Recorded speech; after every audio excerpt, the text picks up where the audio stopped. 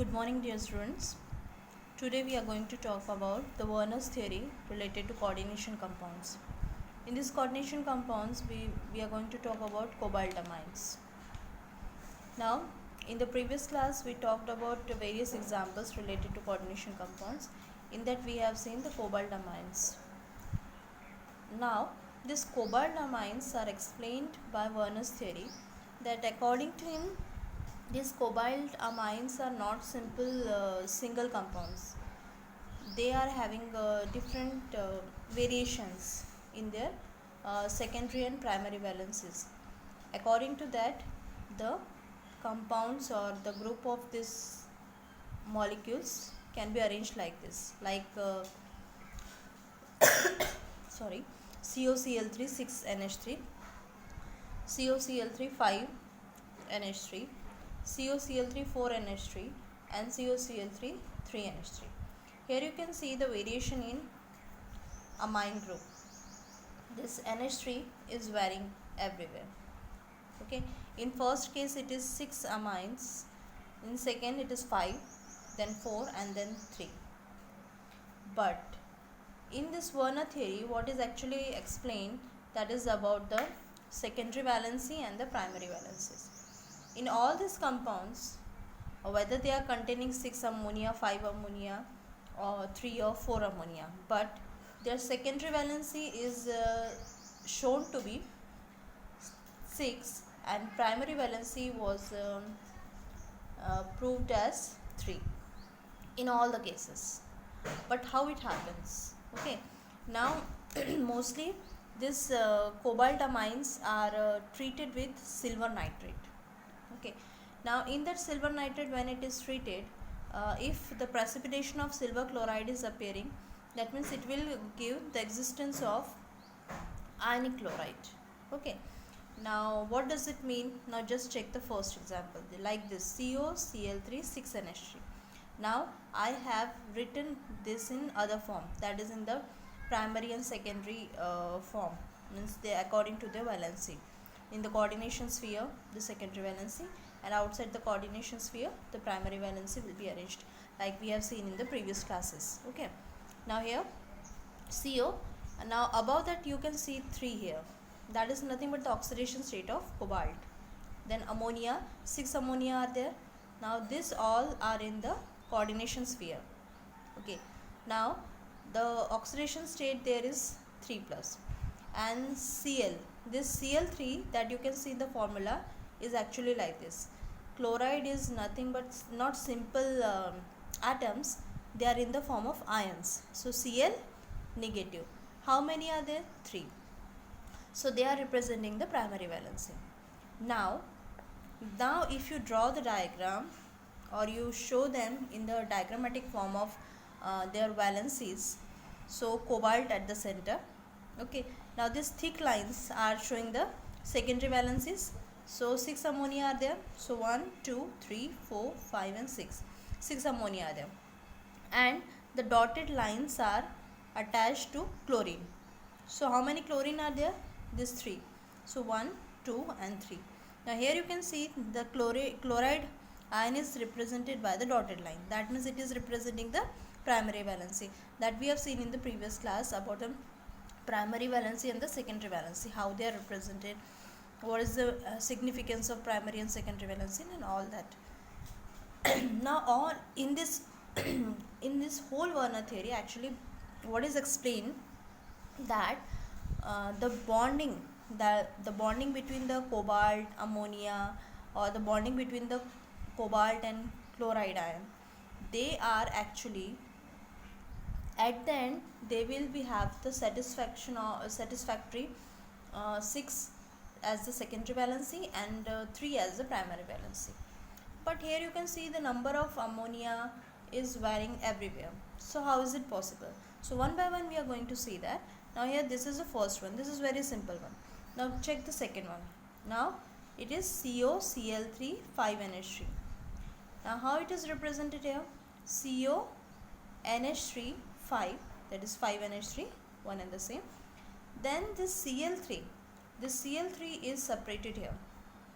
In the coordination sphere we are having one Cl, and outside the coordination sphere we are having remaining 2 Cl ions. Okay, now basically what actually happening when it is treated, this 5 ammonia molecules attached to the cobalt chloride, that this cobaltamine is when treated with silver nitrate, we are getting 2 chloride ions. Now these 2 chloride ions are outside the coordination sphere. Means how you will decide, that is deciding the deciding factor is depending upon how many chloride ions are precipitated out, okay, as silver chloride, AgCl.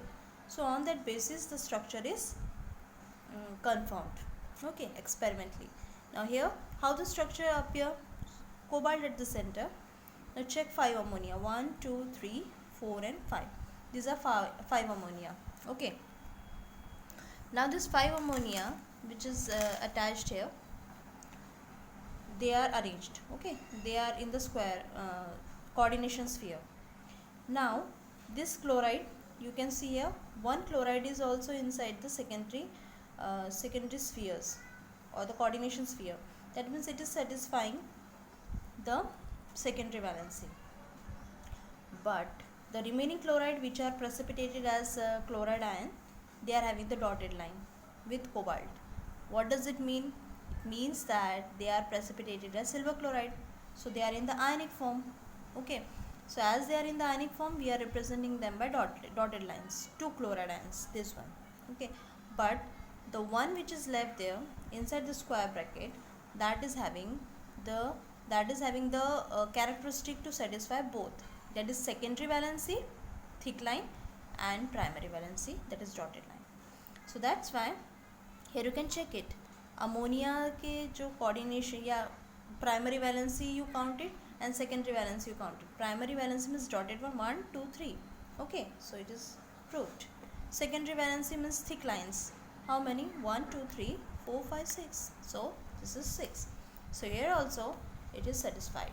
Okay, so these structures you have to keep in mind whenever we talk about the cobaltamine structure explained by Werner theory. That is the question.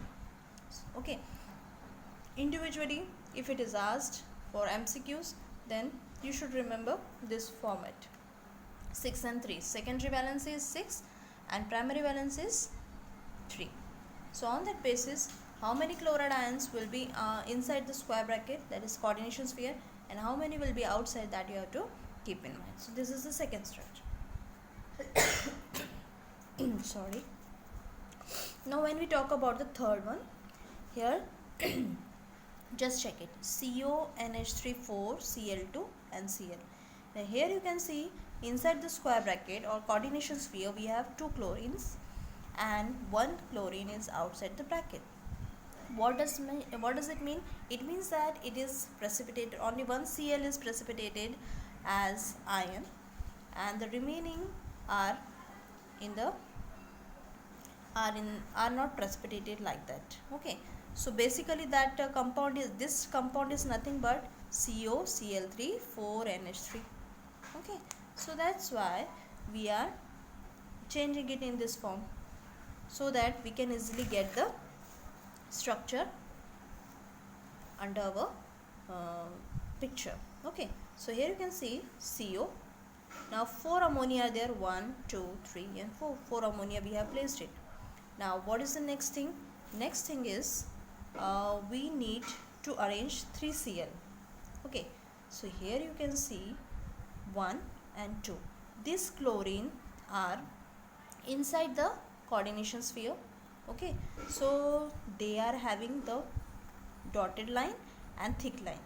Dotted line means primary valency and thick line means secondary valency. That means they both 2 chlorines are satisfying both the valencies, primary and secondary, and the remaining which is outside the square bracket or coordination sphere, that will satisfy the primary valency. Now count the primary valencies, dotted lines 1 2 3, that is the thing, primary valency. Okay, and coordination number or the secondary valency is 6, so thick lines 1 2 3 4 5 6. So in this way you can get it proved that how Werner theory is explaining that the secondary valency is 6 and primary valency is 3 for all the cobalt amines structures. Now the last structure is this one. Okay, this is basically this CO, just check it, COCl3 3NH3. That means 3 ammonia are there and 3 chlorines are there. Now we will see whether these 3 chlorine what role they play. Basically, when this compound is treated with silver nitrate, what actually happens here? These 3 chlorines are not having any precipitation.